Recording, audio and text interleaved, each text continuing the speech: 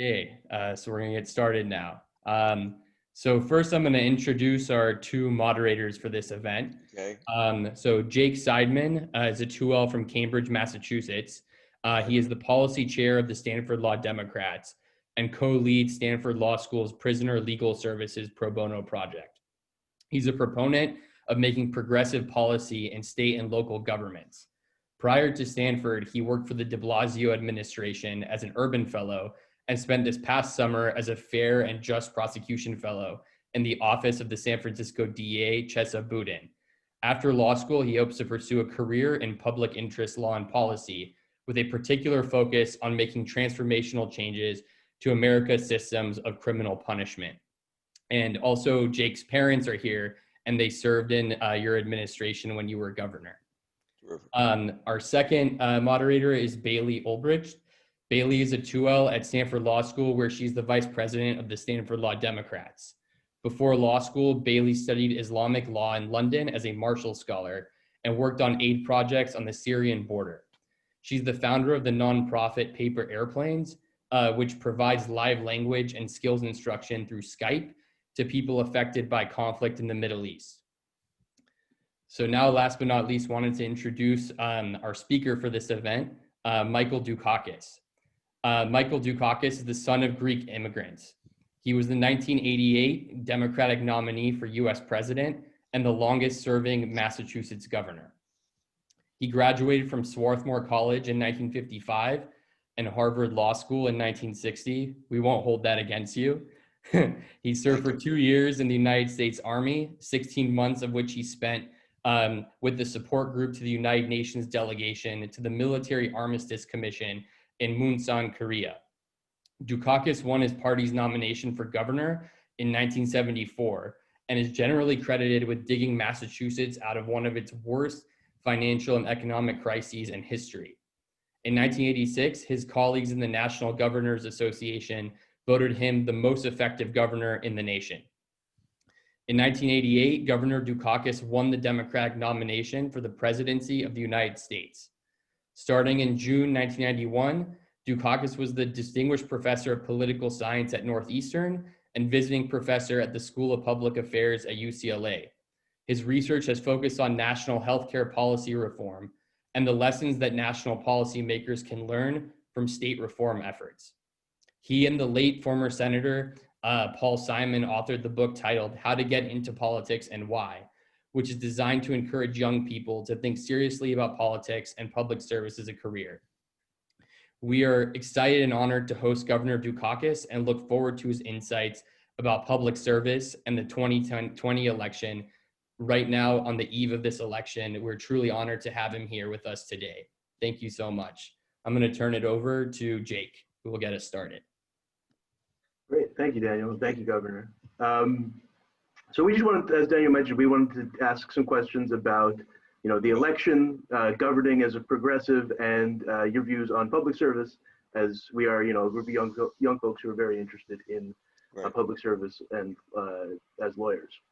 So in 1988, you faced a Republican presidential campaign that was infamous for its dirty tricks, when it often focused on race baiting. In fact, Lee Atwater apologized for the naked cruelty of this campaign on his deathbed. So given the fact that such strategies have only become more open and shameless in the past 30 years, I can't see Donald Trump apologizing for anything on his deathbed. What advice do you have for Democratic candidates about dealing with them? And how do you think the Biden campaign has handled them? Well, let me begin by saying that I think the Biden campaign on the whole has done a pretty good job of dealing with this stuff. And it's one of the reasons why I'm moderately optimistic about Tuesday. But who knows? Who knows? We'll see. But I made two major mistakes in the 1988 campaign. First, as a guy who always focused on precinct-based grassroots organizing, and I'm serious about that. I mean, precinct-based grassroots organizing, every precinct with a precinct captain, half a dozen neighborhood captains, doing what? Making personal contact on an ongoing basis with every single voting household. I spent too much time as I began getting up to speed on the campaign, talking to people who poo-pooed the idea of precinct-based grassroots organizing in a presidential campaign, maybe for city council or something, but not for a national campaign. And so I did not do or organize the kind of approach that had gotten me elected governor repeatedly and works. And in point of fact, not to digress here, but I did not know Elizabeth Warren, knew of her reputation, but I didn't know her personally. And we met for the first time, she and I and Kitty, and she had to listen to my little speech about how the way to win this thing, Elizabeth, is to recruit, organize, precinct captain in every precinct, 6 block captains, making personal contact on an ongoing basis with every single voting household. And to my astonishment, she took out a notebook and started making notes. And let me tell you, she organized every single precinct in the Commonwealth of Massachusetts. And that's the reason she beat that guy, Scott Brown, who otherwise would have beaten her. No question about it. And has now gone on to do some very good things. But we did not do that in the presidential campaign. It took a guy named Barack Obama to finally demonstrate that precinct-based grassroots organizing works in a presidential campaign. And the second mistake I made was in deciding that I would not respond to the Bush attack campaign. That was a mistake. You just can't do that. Now, how you do it and how you do it effectively is an important question. But not to do it was a mistake. So my advice to all of you, whether we like it or not, is be ready for that kind of campaign and turn the other guy's attack campaign into a character issue on him.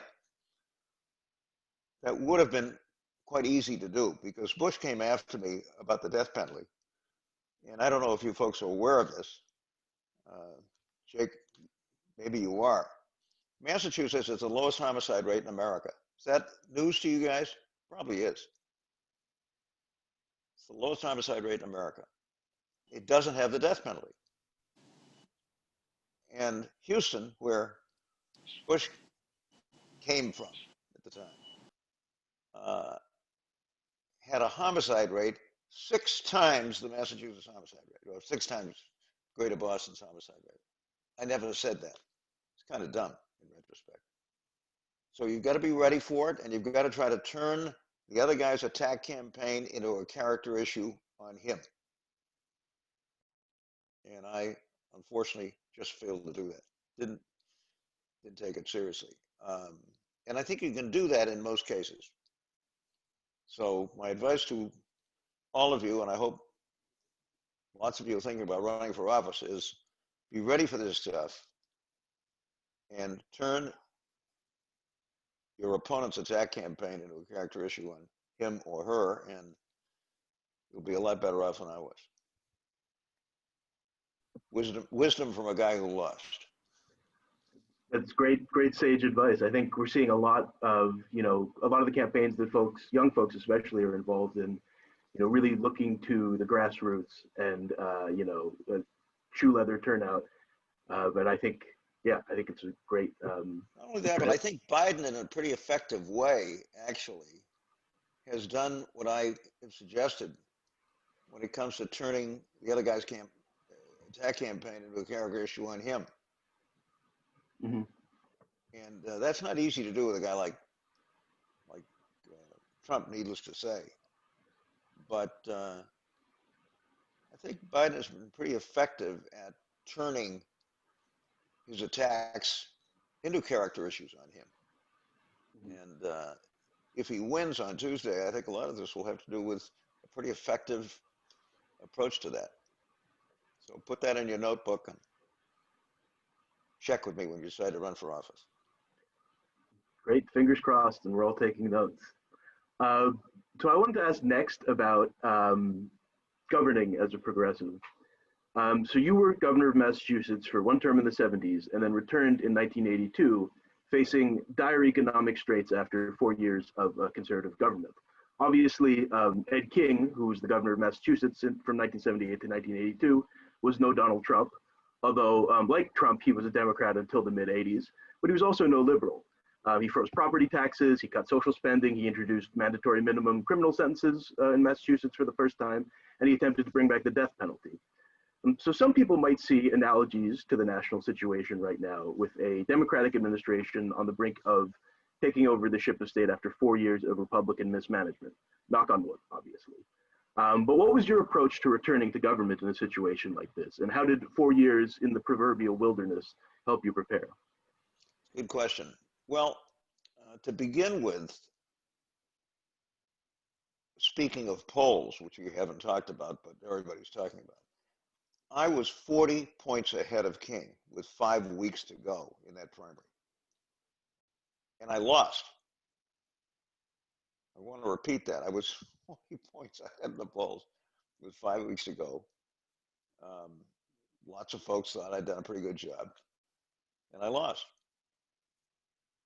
I didn't blame the electorate. I asked myself, Dukakis, what happened to you? Why did this happen?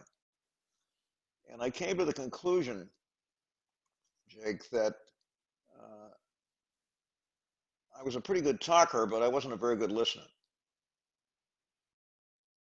Now, you have to understand that the Massachusetts, whose politics I first entered in the 60s, was one of the 3 or 4 most corrupt states in the country. And I'm not kidding you.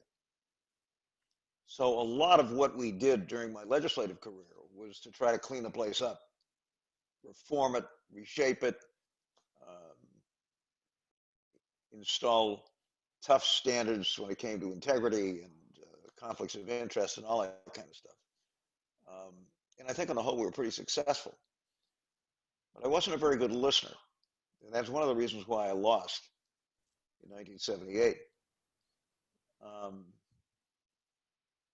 Came back, decided I'd better do a lot more listening and better listening, and was fortunate enough to beat the guy that beat me and then be reelected for a 3rd time after that. And I began putting together what I called working groups. Every time we went down the policy road, my 2nd and 3rd terms, we created a working group. What's a working group? 25 or 30 people, not a big one, but reasonably representative, including folks who were not necessarily people that agreed with me generally or were allied with me politically, but had a strong interest in the particular issue. And whether it was healthcare or public transportation or any one of a flock of issues that I was involved with, we put together a working group every time, which was broadly representative. And these working groups were extremely effective. Why? Well, because most Americans want to solve problems. And if a governor or a mayor, or for that matter, a president asks them to participate in problem solving, they will do so. I don't remember anybody ever saying to me, screw you, Governor, I'm not interested in being part of this. And with very rare exceptions, these working groups did incredible work and usually came up with solutions that were better than the ones that I and my people would have come up with if we had just operated on our own. Not only that, obviously, you bring people into the process, they become enthusiastic about it, and they want to help and they want to make things happen. And we literally never addressed a policy, an issue, without creating a working group and going to work on it, and it was extremely effective. Now, we've got a guy in the White House who doesn't believe in working groups, doesn't know what a working group is. But my experience in my 2nd and 3rd terms was extremely valuable. We did great things together and did so with broad consensus and with a lot of participation. And so my advice to anybody who wants to get deeply and actively involved in public life is put together working groups, bring people together. They'll come, they'll respond. Americans want to solve problems, and they're eager to do so. And so my experience in my second and third terms was very instructive, and I can tell you, very effective. And that's one of the things that I learned. It took a while, it took about 20 years for me to wake up to the fact that that was important, but it's a way to solve problems. And you'll find people eager to work with you on it. Great. And this segues naturally into my next question about the second and third terms and about the Massachusetts miracle. So when you came back into office, Massachusetts had been rocked by deindustrialization and malaise. And in the 80s, under your administration, Massachusetts welcomed new industries like the high-tech sector. And you were also a champion of progressive policies that are still, darlings of the progressive left today, like public transit. And you also passed the nation's first attempt at universal health care. And the economy boomed, unemployment fell, and you were elected to this unprecedented third term. And so, considering that America and the Democratic Party is in need of a national miracle right now, given a crushed economy, a global pandemic, and a crisis of small d democratic legitimacy, what would be your advice for pulling off another miracle? What would be in your first 100 days? And also, given what we've learned about economic recovery's occasional tendency to leave groups behind and lead to political unrest, should the blueprint for an American miracle for 2020 look different from the blueprint for a miracle in the 80s? I don't think so. We, for example, did not neglect traditional manufacturing in Massachusetts. In fact, we saw opportunities to bring manufacturing into the 20th, 21st century, and did so pretty successfully. We were also, as you know, focused on trying to revive our older mill cities, if you want to call them that, of which we had many, and we're in terrible, terrible shape. And from a political standpoint, going to those old factory towns and saying, we want to work with you to modernize your economy. There's no reason why the United States can't compete when it comes to manufacturing, but we've done a lousy job of it. And it requires modernization, it requires investment, it requires a lot of things. But I refuse to believe that the United States cannot compete, whether we're talking about manufacturing or talking about lots of other things. But it's obviously got to be a manufacturing economy that is modern, applying new technology to old manufacturing was one of the things that we did extensively. And it works. So I'm not one of these people who says, well, that was yesterday and we're not going to do that anymore. And, no, it's all going to be high tech. There'll be a lot of tech, but it will be applied to existing industries. And we had great success in doing that. And we also spent a lot of time, as you know, trying to help those older, mostly cities, modernize in a variety of ways, including improving their school systems and taking vocational technical education seriously. Massachusetts, fortunately, has 25 voc tech schools. They're regional, and they do remarkable work. In fact, those voc tech high schools are in huge demand. I mean, a lot of competition to get into them. And we took that side of what we were doing seriously. so it's a combination of a lot of things, and it includes education, ongoing education, frankly, as well as um, the high tech stuff, which we were fortunate enough to, it's nice to have 120 colleges and universities, including some of the best in the world, that are in your state. But it's a combination of all of these things. And if you guys, I mean, obviously, Massachusetts, but those of you who come to Massachusetts, let me take you to Lowell, Massachusetts. About 100,000 people. It's where a lot of Greeks settled. It's where my dad and his family settled when they first came over. It was a big textile city. When I became governor, it was dying, absolutely dying. So what did we do? Well, we went to work with lots of good people in the city of Lowell and tried to modernize its economy. And today it's thriving. Not only that, we preserved its history.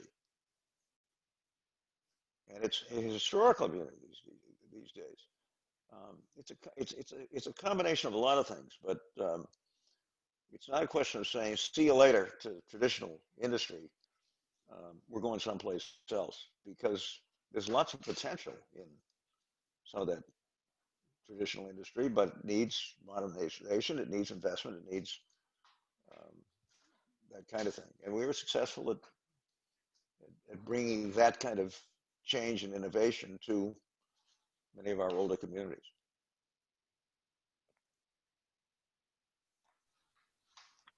So I have a somewhat different question. I'm obviously an outsider to Massachusetts, but as an outsider, my view of it is that it's Hold on just a second. both. Stop that. That's sealed. I'm going to mail it. The former First Lady just walked in. Okay. We're going to do this for an hour.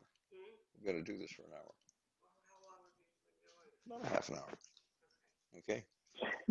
Okay. Kitty's done some great work in the mental health field.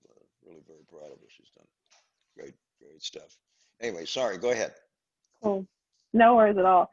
I was just going to say, as an outsider, my view of Massachusetts is that it's kind of an interesting place politically. It seems to vote like traditionally solidly blue in national elections, but then votes Republicans in for state office, like obviously Mitt Romney. I was curious to know kind of what your thoughts are on why that is, and also how that interesting voting pattern affected your governing strategy, if at all. It's a good question. Well, I think what happens is that we are so progressive in a kind of national sense that Republicans who run for office in Massachusetts, and there's a dwindling number of them, to tell you the truth. We have one now, a guy named Charlie Baker, not a bad guy, although Jake will tell you he can't run a transit system worth a damn. I mean, it's one of the great frustrations of I spent a lot of time turning the MBTA into one of the best public transportation systems in the country, and don't get me started on what's happened under Baker. We're on our fourth CEO, and we're still waiting for new cars that were ordered 5 years ago, and they haven't been completed yet. But that's another story. I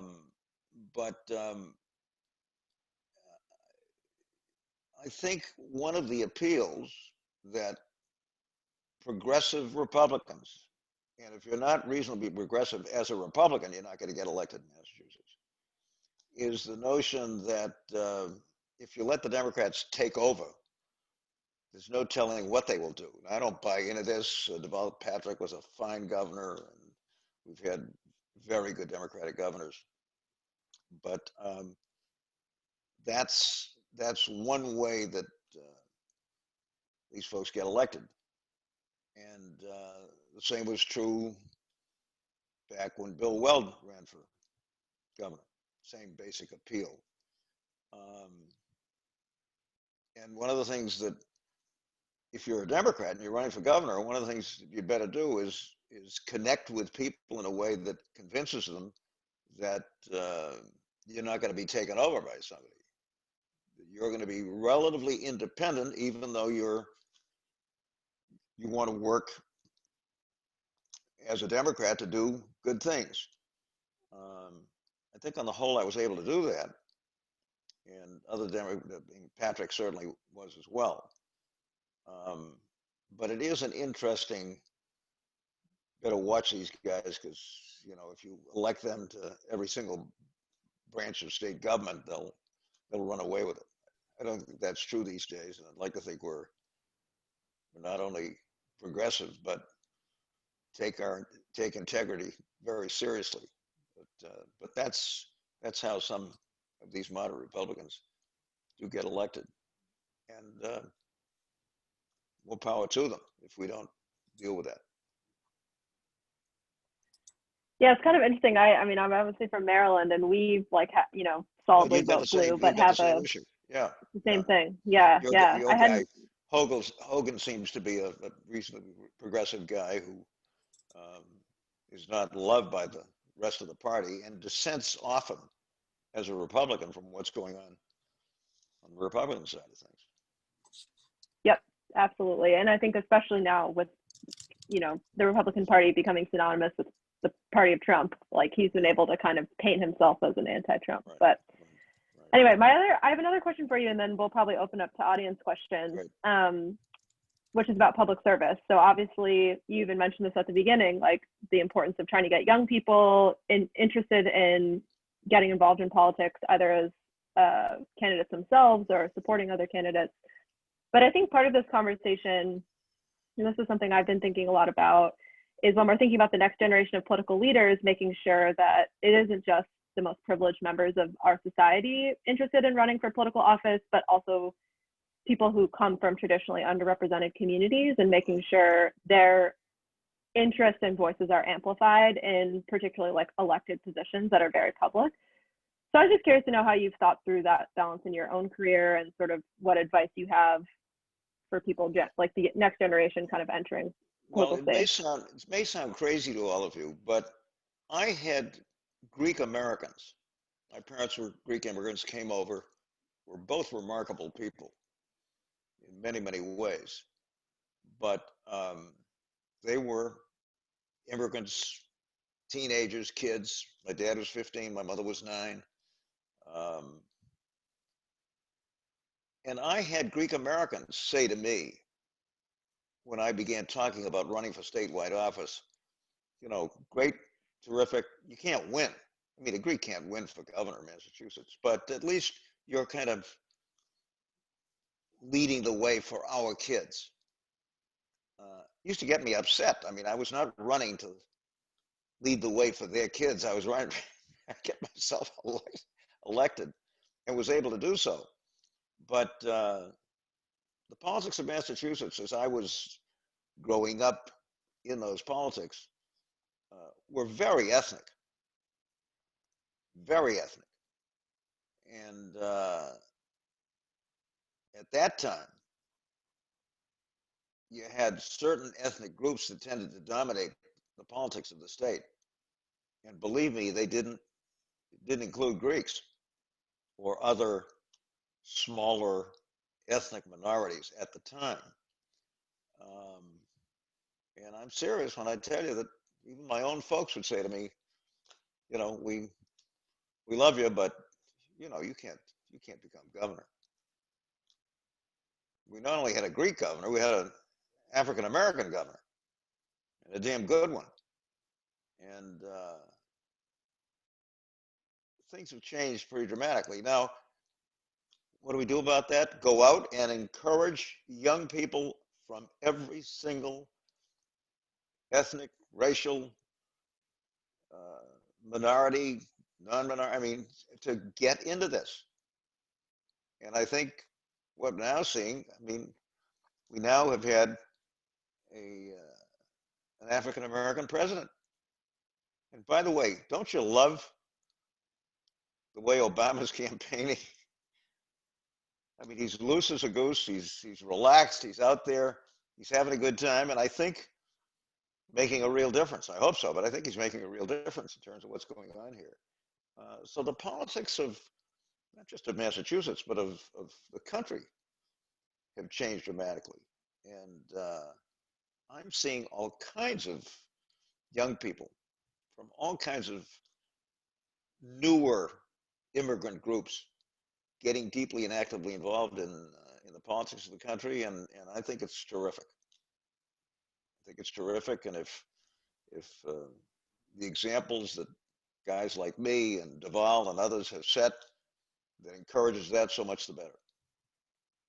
But nobody in this country ought to be discouraged at running because they happen to be from an ethnic or racial minority. Not these days. I think Thank you so much, Governor. Yeah, that resonates a lot with me, especially being the son of Iranian immigrants. And I know that many here in this room are also children of immigrants or immigrants themselves. Yep. So I wanted to thank our two moderators, Jake and Bailey, for an excellent job. Now I wanted to open it up to the audience for questions. Right. So the rule for questions is please click the blue raise hand function on Zoom. And then please limit it to a question, no argument or anything like that. It has to end with a question. And please be cognizant of time since other people want to speak as well. Yeah, Thank you. I'll try to keep my answers a little briefer too. Who's first? You have a question? Do you have a question? Yeah. What's your question? Question? No, I don't know. I thought my grandma had a question, but yeah, if no one's raised their hand yet, I guess I can ask the first question. My former boss, Graham Allison, was one of your foreign policy advisors. He wanted to make it today, but he apologized that he couldn't. But my question for you is, when you were going up against George H.W. Bush, who had a long resume in foreign policy, how did you build your foreign policy team? You talked about building working groups and all of that, but what did you look for in building a foreign policy team? And how did you also develop your own platform in foreign policy, even though domestic politics, as your time as governor of Massachusetts, had been your main focus? Well, I've always been interested in foreign policy. And I think especially for those of us who are first generation Americans, you have to be. My parents were not political activists in any direct sense, but I will tell you that the CBS World News Roundup on radio, this is pre-television, was always on in my house at 6 o'clock at night when I was a kid. And the Nazi occupation of Greece, which was brutal, was a subject of constant discussion. So I grew up in that kind of atmosphere. And I think the fact that those of us who are first generation Americans almost naturally have an interest does make a difference. Not to spend a lot of time on the whole Iranian thing, which I think is tragic in some ways, but folks, very few people in the United States understand that the United States killed Iranian democracy in 1953. I was around at the time. I was at school. When I tell you we killed it, I'm not kidding you. We overthrew the democratically elected government of Iran and consigned those folks to, what was it, 27 years of a brutal dictatorship, which has created all kinds of problems that wouldn't have been there. Imagine if Iran had remained a working democracy, the only one in the Middle East, and we had been supportive. Then, of course, we get an administration that's willing to work with Iran on the nuclear issue, do a remarkable job, and my hat's off to my former lieutenant governor, who by that time was Secretary of State and then deeply involved in those negotiations, John Kerry, but put together what I thought was a remarkably effective plan, which the Iranians not only welcomed, but stuck with it, and we were making real progress. And then we get this bozo who not only walks away from it, but then imposes sanctions to the Iranians when we break the agreement. It's maddening. And I have real problems with American foreign policy these days, even foreign policy under some Democrats, because folks, we don't need another Cold War. I mean, I lived through that. We've had enough of that stuff. The planet is in jeopardy. And we're starting down the Cold War road again. This is nuts. This is absolutely nuts. Nobody's going to tell me that we can't bring China into this process and make them part of the solution when it comes to climate change. Okay, you're not going to be a democracy right away. They will be at some point. But an American intervention, any of you know how many American military bases we have in how many countries these days around the world? Any students of? We've got 800, well, at last count, 837 American bases in 150 countries. Doing what? What is this all about? What is this all about?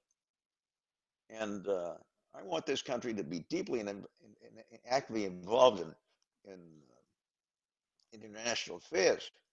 Doing what? Trying to create a world in which war is ruled out as a means for settling disputes between and among countries. And I think that's entirely possible. But the U.S. has to be a part of it. Now, needless to say, Trump is in some other world when it comes to that kind of policy. And it's one of the reasons why not only do I hope that we elect Joe Biden, but Biden understands this and I think is much more likely to be part of this. But another Cold War? Good God. I mean, that's all we need. You know, the planet will shrivel and die while we're arguing with somebody about something. Anyway. So thank you so much. Your point about 1953 really resonated with me. My grandma was actually in Iran during 1953 and the coup and all of that, and so know that history well. And it was the Brits who convinced Eisenhower and Dulles to participate in that overthrow. Truman refused to do so. Said, no, we're not going to do that. If they want to take over their oil industry and pay fair compensation, they can do so. Reasonable, right? So we have a bunch of hands raised, so I want to make sure that I get a chance for everyone to ask their questions. So next we have Armin Hazarian, who I want to mention actually, he's a pilot in the United States Navy. So we're pleased to have him here. An Armenian American, right? I assume. That's right. Great. Greeks and Armenians are very close. We are. Anyway, yes, thank you for having me. Calling from Whidbey Island, Washington. Again, I'm here in a completely domestic capacity, and I'm not bringing my military background into it. It's an honor to be able to listen to what you guys are saying. And this, again, going on the subject of foreign policy. And again, an issue that's near and dear to me is what's going on right now in Artsakh between Armenia and Azerbaijan. What the question I would like to bring to light is how, as a U.S., again, having the background that we have, first generation Americans, you know, American first and foremost, but you see what is going on in the world. How do we balance realpolitik with principle? We see Turkey as a NATO ally. However, it's in name only for a lot of the actions that they are undertaking as of late. You know, with Erdogan purchasing the S-400 missile system, blatantly threatening Europeans, doing everything opposed to NATO policy, but we are still either placating or effectively having a very hard time sanctioning these state actors who don't go with the organizations that they're members of. So when it comes to the issue with our interests in that region versus with what's right based off of principle, you know, we had these amazing progressive movements in this country recognizing, you know, rights and equality and basic human rights. But I think the same thing we've been having a hard time applying broadly. So issues like Nagorno-Karabakh, where it's understandable. Armenia is a small, resourceless nation, not much interest to be gained, but you know, as opposed to Turkey or Azerbaijan, how can we balance, you know, what U.S. interests are in terms of realpolitik with true principle, with what is right? So I guess it's a very tough ethical question, but how would you handle that? I don't know that it's tough. We've got an institution called the United Nations. Now, it's not perfect, Right. but if we didn't have it, we'd have to create it. Especially now, as the very future of the planet is being threatened by climate change, among other things. And I want to see the United States deeply involved with other nations, with the international community, in getting into these problems and dealing with them effectively. Now, I can't tell you exactly what ought to happen. I mean, this dispute between Azerbaijan and Armenia has been going on for some time. It didn't start yesterday. But where are we? Where is the international community?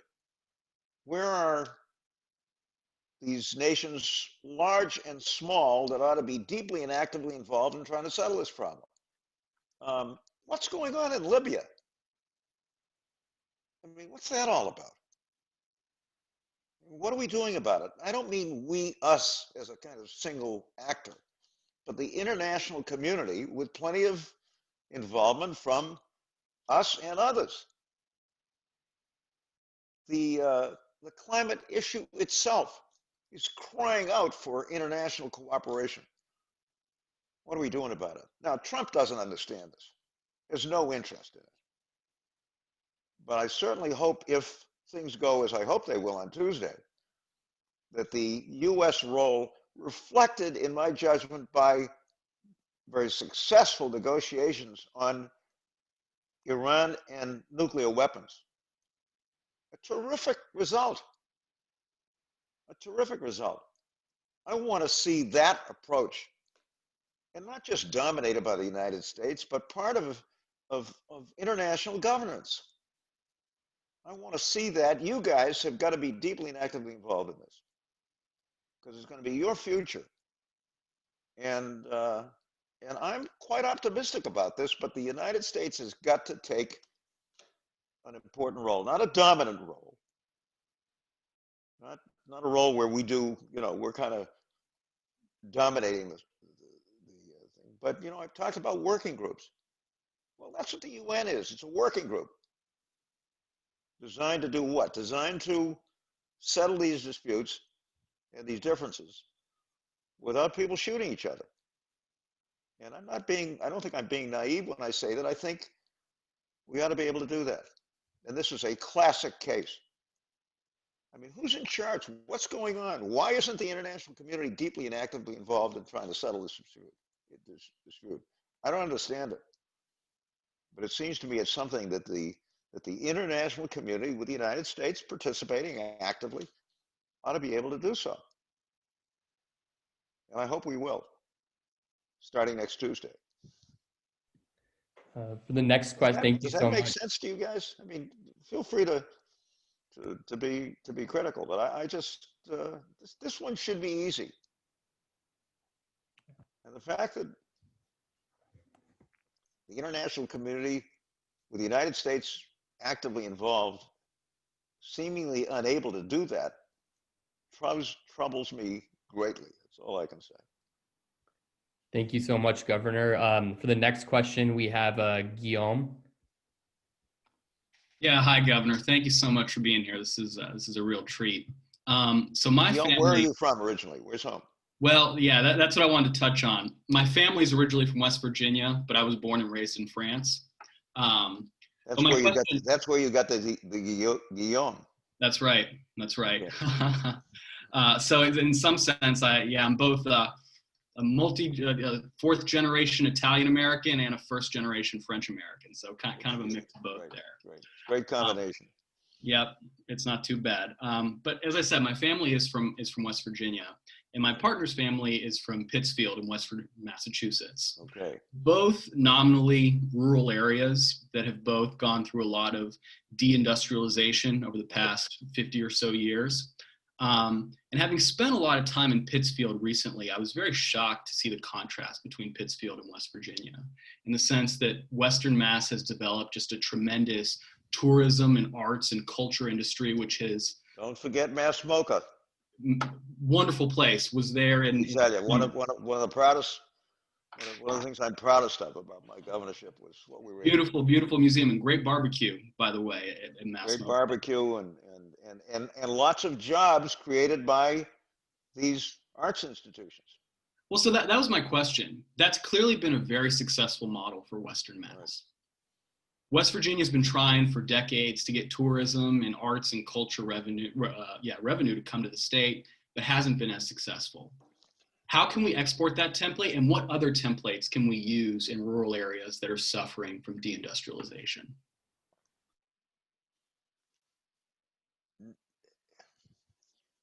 Some interesting things are going on that nobody's talking about these days.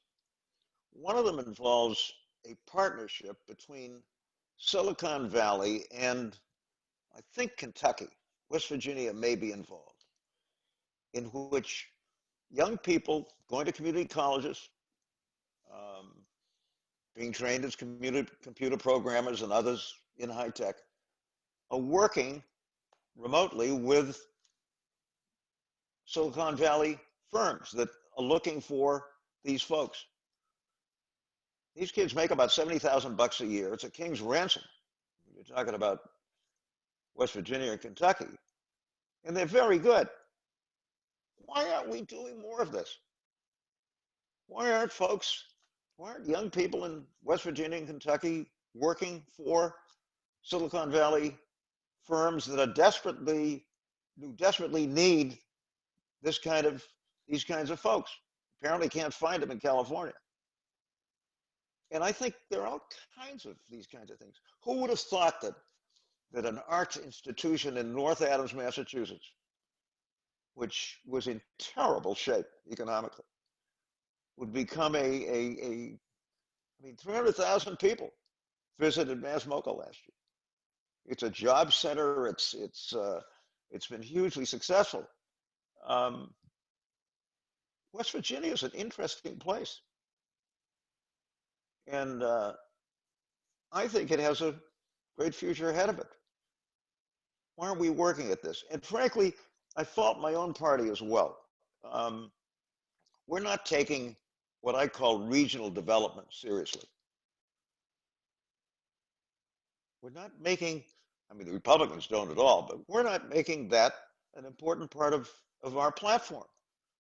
Going into areas that are distressed and helping them to come back, modernize, train their folks, give their kids a chance to get into this kind of stuff. Why aren't we doing this?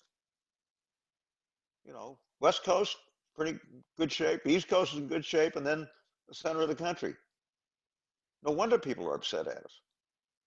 And I refuse to believe that we can't have that kind of national economy.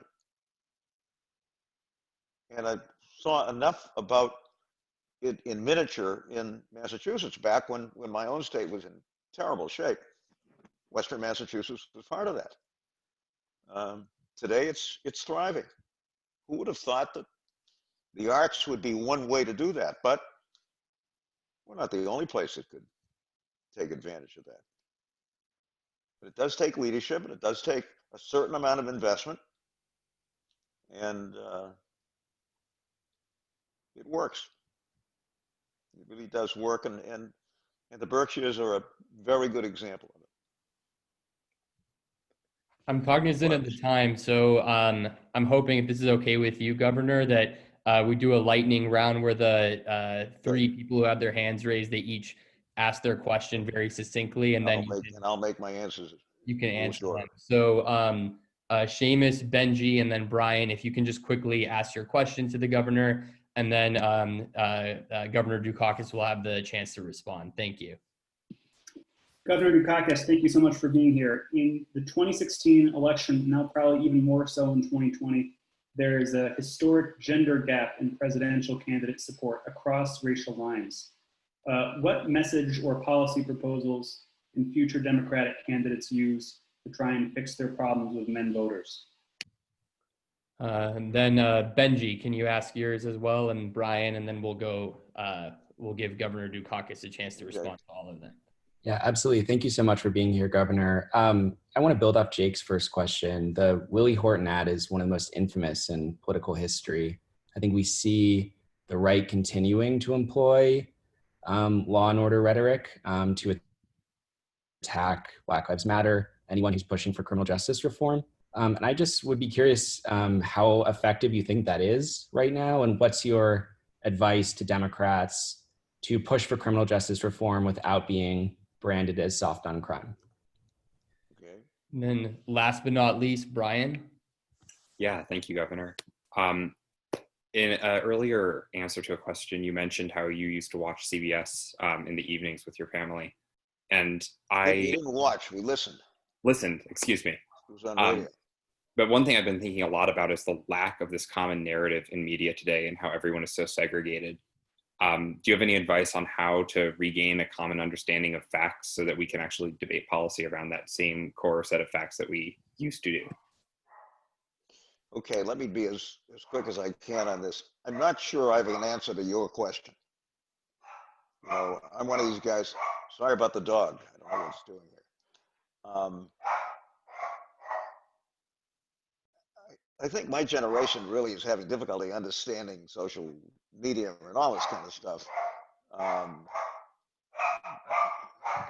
Hold on, don't go away. I have an easy answer to that third point, that third question. Because I'm not sure I understand what's going on out there. And I think that may be a problem for my generation in terms of how we deal with the social media, how we deal with what's going on. Except to say that I think we've got to take it seriously.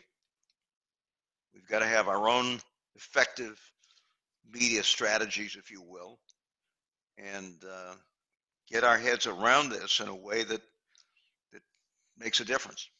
It's not a very good answer to your question, but I think it's one that Democrats in particular have got to take a lot more seriously than we have. Now, we have two other questions. Remind me. Or two other points. Yeah, Seamus and Benji, if you wanted to like quickly recap your question. Right. I'll jump in real quickly. Historic gender gap between presidential candidates. What can future Democratic candidates do in terms of messaging or policy proposals to try and fix their problems with men voters? Go into those parts of the country where we are not doing well because we are not addressing their issues, many of which are economic and involve areas that are not doing well in an economic sense, with what I call regional development. Democratic Party has got to have answers to the question of how you deal with West Virginia and other similar parts of the country that are down and are not sharing in the kind of prosperity that we should have. And I don't think we've done that very effectively. And it's time we did. And it involves what? Regional development strategies that do what we did in the Berkshires. There's one small example of what we should be doing as a party that believes deeply in growth and in economic opportunity for every single American. And we should know how to do that. It involves investment, involves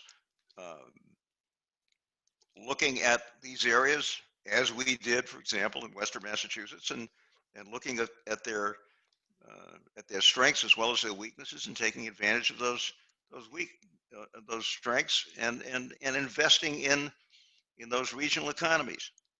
Is anybody talking about that these days? Not a lot of people. Not a lot of people. I think we should do a lot more of that. Now, what's our last point? Yeah, my question, Governor, is just your assessment of the continued viability of the rights, law, and order rhetoric, and your advice to Democrats on criminal justice reform messaging. I think I may have said this, but let me say it again. Massachusetts has the lowest homicide rate in America. It's a liberal state. How did that happen? Because we had leadership in the criminal justice community, in the police community, that started talking many years ago about something called community policing. What is community policing? It's an effort to bring the police and communities together in a collaborative way. Trust me, it works. Trust me, it works. But you got to take it seriously, and you've got to do it well. And I was fortunate as governor to have a remarkable group of younger police commanders that were coming along. Northeastern University, where I've done a lot of teaching, was one of the first schools in the country to have a criminal justice major that police officers attended. It was very new at the time. And many of these young, rising police commanders went there, and to other schools as well that had these kinds of programs. And trust me, community policing works. If the police and their communities are working closely together. And they can and they must. And one of the things that I hope we'll have if Joe Biden becomes president is a national strategy for encouraging community policing all across this country. And I offer my own state as an example of how it works, and works effectively and well. And that doesn't mean that we don't have some problems. But this is a different approach to policing.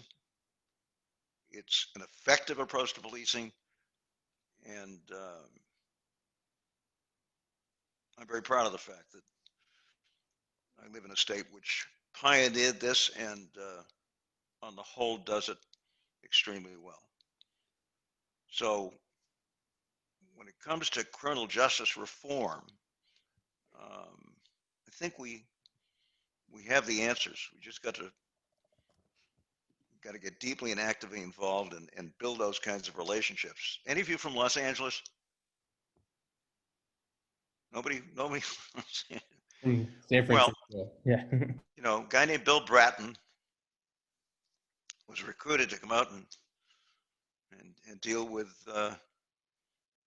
Los Angeles' very, very difficult police problems.